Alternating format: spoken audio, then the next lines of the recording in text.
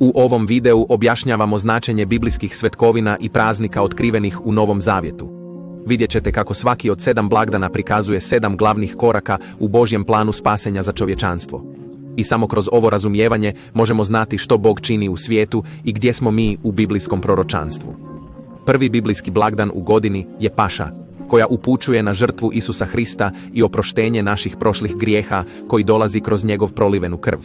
Predslikavajući Kristovu žrtvu i njegovu krv koja pokriva naše grijehe, drevnom Izraelu je bilo zapovjeđeno da zakolje pashalno janje i pomazuje krvlju dovratnike i nadvoje vrata svojih kuća, kako bi anđeo smrti prošao mimo njih. Vrhunsko značenje ovih događaja ispunio je Isus Hrist. 1. Korinčanima, 5. poglavlje, 7. stih kaže: Uistinu naša je Paša, Krist, žrtvovan za nas. U Otkrivenju, 13. poglavlju, 8. stih, on se naziva jaganjcem zaklanim od postanka svijeta. Osim što je Isus dao svoj život kao pashalno janje za sve čovječanstvo, on je dao nove simbole kruha i vina sa duhovnim značenjem koje bi njegovi sljedbenici trebali držati, čak i nakon njegove smrti. U evanđeoskim izvještajima o Isusovoj posljednjoj paši sa svojim učenicima oprao im je noge i poučio ih da čine isto. Rekao je: Ako sam ja dakle oprao vaše noge, i vi ste dužni prati noge jedni drugima, jer primjer sam vam dao da i vi činite kao što sam ja vama učinio.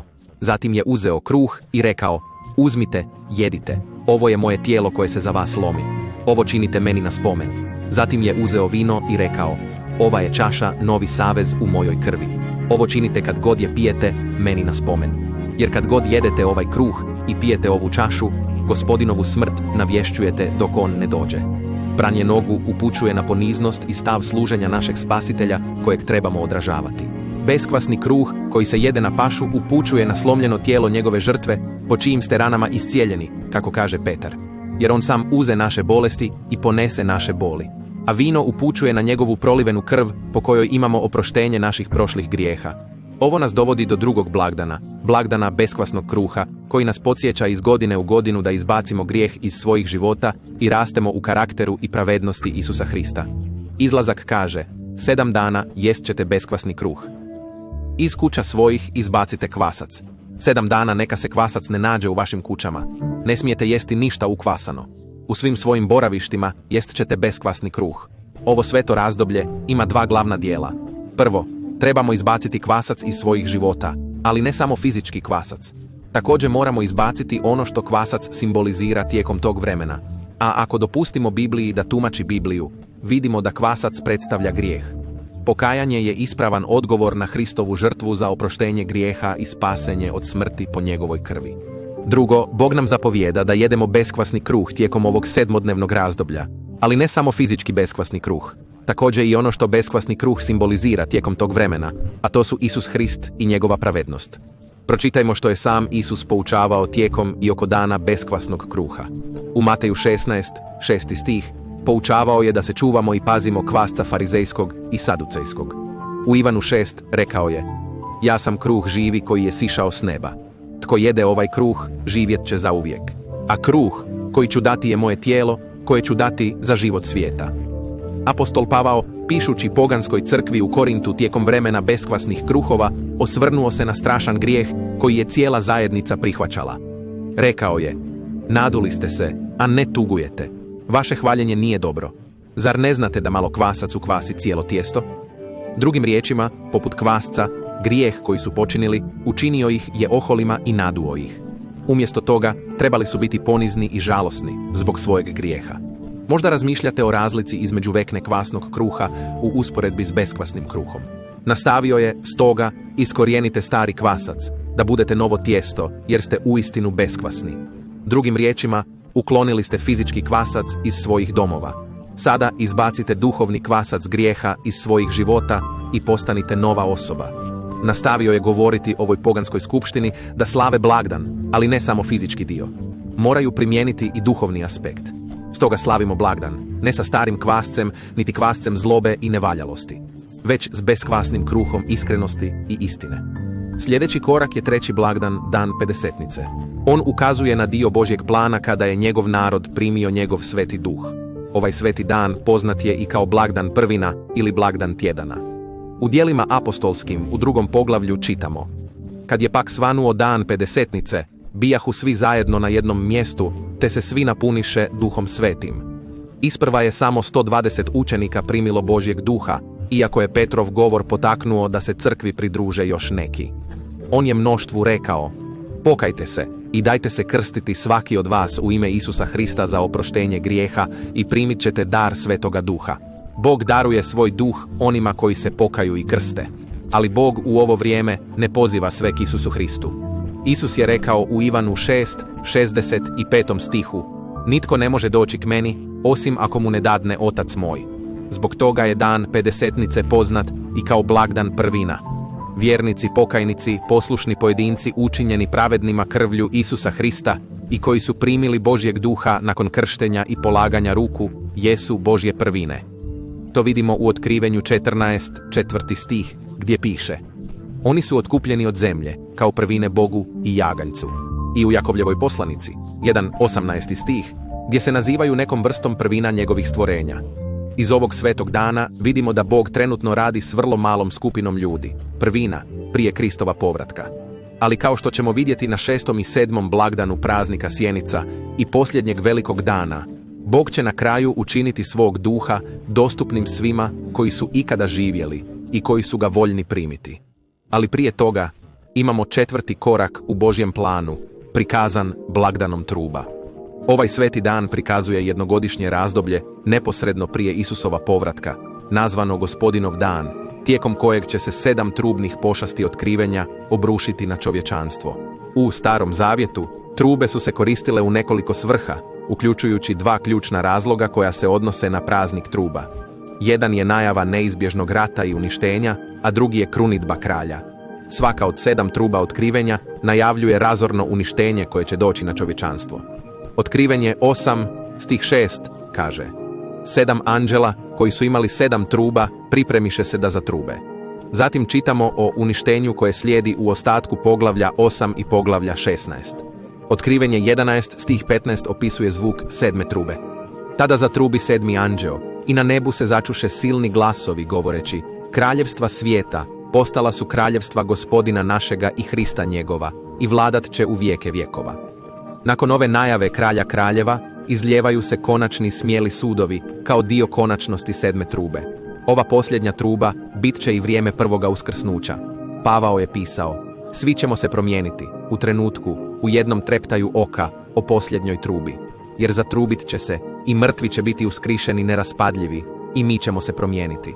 Mnogi u svijetu neće u potpunosti razumjeti što se događa tijekom ovog strašnog vremena, ali vjerni kršćani će razumjeti jer slave blagdan truba.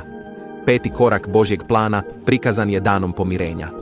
On ukazuje na to da će Sotona vrag biti uklonjen kako više ne bi mogao zavoditi čovječanstvo, te da čovjek konačno može biti u jedinstvu s Bogom. Levitski zakonik, poglavlje 16, opisuje obred na taj dan koji uključuje 2 koze. Jedna je bila za Gospodina, koja se trebala žrtvovati kao žrtva za grijeh, dok je druga bila odabrana kao žrtveni jarac, ili točnije zazel, na čiju bi glavu bile položeni grijesi naroda i krivnja povezana s tim grijesima, te bi bila puštena u pustinju. Prva je koza ukazivala na žrtvu Isusa Krista, koja čini pomirenje za grijehe koje smo počinili. Druga koza je nagovještavala što će se dogoditi Sotoni vragu kao dio Božjeg plana na kraju doba.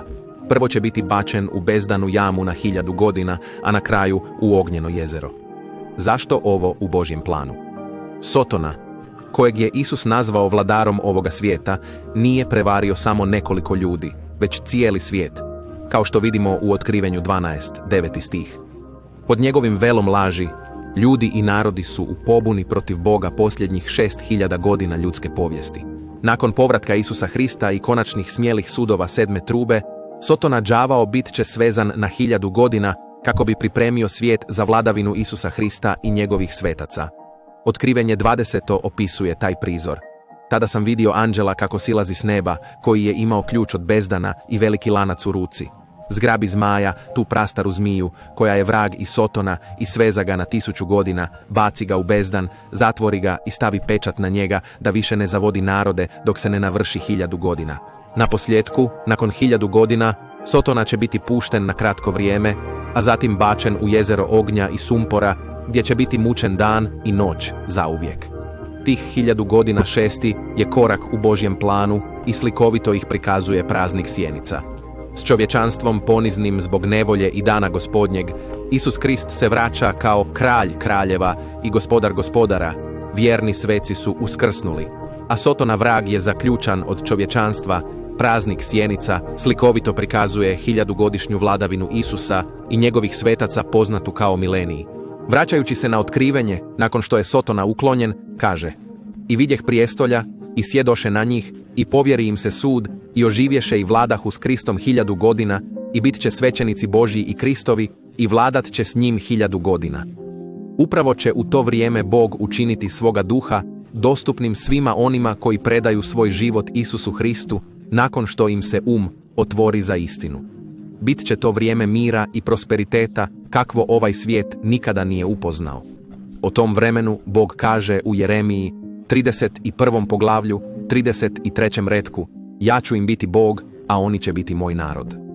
Kaže i u Izaiji 61. "Obnovit će stare ruševine, podići bivša pustošenja, popraviti razorene gradove, pustošenja mnogih naraštaja. Vječna radost bit će njihova." U Zahariji 14. vidimo da će Gospodin biti kralj nad svom zemljom i svatko tko ostane od svih naroda ići će gore iz godine u godinu da se pokloni kralju, gospodaru nad vojskama i drži blagdan sjenica. Nakon milenijuma dolazi 7. i posljednji korak Božjeg plana, otkriven posljednjim velikim danom. Ovo je 8. dan zapovjeđen u Levitskom zakoniku, poglavlje 23. stih 36. da se promatra nakon 7 dana blagdana sjenica. Ovaj dan gleda prema drugom uskrsnuću na kraju milenijuma. Otkrivenje 20, stih 11 kaže: "Tada sam vidio veliko bijelo prijestolje i onoga koji sjedi na njemu. I vidio sam mrtve, male i velike, kako stoje pred Bogom. I mrtvi su suđeni po svojim dijelima. I more je predalo mrtve koji su bili u njemu. I smrt i had predali su mrtve koji su bili u njima." Isus je govorio o ovom budućem vremenu, kada će narodi iz svih naraštaja koji nisu poznavali istinu biti uskrsnuti jedni uz druge. Također je zabilježeno u Ivanu 7, stih 37. Na posljednji dan, taj veliki dan blagdana, Isus je stao i povikao: "Ako je tko žedan, neka dođe k meni i pije. Onaj koji vjeruje u mene, iz njegova će srca poteći rijeke živom vodom." U to vrijeme Božji će duh i prilika da dođu Hristu Isusu biti otvoreni svima koji su ikada živjeli, iako neće svi odlučiti predati se Bogu. Petar kaže da Bog nije spor u vezi sa svojim obećanjem i ne želi da itko propadne, nego da svi dođu do pokajanja. A Pavao je rekao da Bog želi da se svi ljudi spase i dođu do spoznaje istine. Svima će biti ponuđena prilika spasenja. Pitanje je kada je jednostavno stvar vremena. Oni koje sada poziva na pokajanje dio su prvine prikazane danom Pedesetnice. Neki će odgovoriti Hristu Isusu tijekom milenijuma. I Božji će se duh izliti na one koji prihvate Hrista Isusa i Božji način života tijekom suda pred velikim bijelim prijestoljem. Stoga je Bog pravedan. I oni koji nikada nisu imali priliku upoznati istinu o spasenju prije nego što su umrli, konačno će imati svoju priliku na sudu pred velikim bijelim prijestoljem. Rimljanima 2, stih 11 proglašava: "Nema pristranosti kod Boga." Blagdani i sveti dani izražavaju nevjerojatan plan koji je Bog pripremio za čovječanstvo od početka stvaranja. Značenje je duboko i kada se shvati, ponizno je razmotriti da je sve ovo učinio za sve nas zbog svoje velike ljubavi prema nama. Nadamo se da je ovaj video bio koristan. U misiji smo da naš kanal naraste do 300.000 pretplatnika i bili bismo sretni da se pretplatite ako ste cijenili naše video zapise. Za više resursa možete provjeriti opis. Mi pravimo ove video zapise kako bismo vam pomogli razumjeti svoj svijet kroz stranice Biblije. Hvala na gledanju.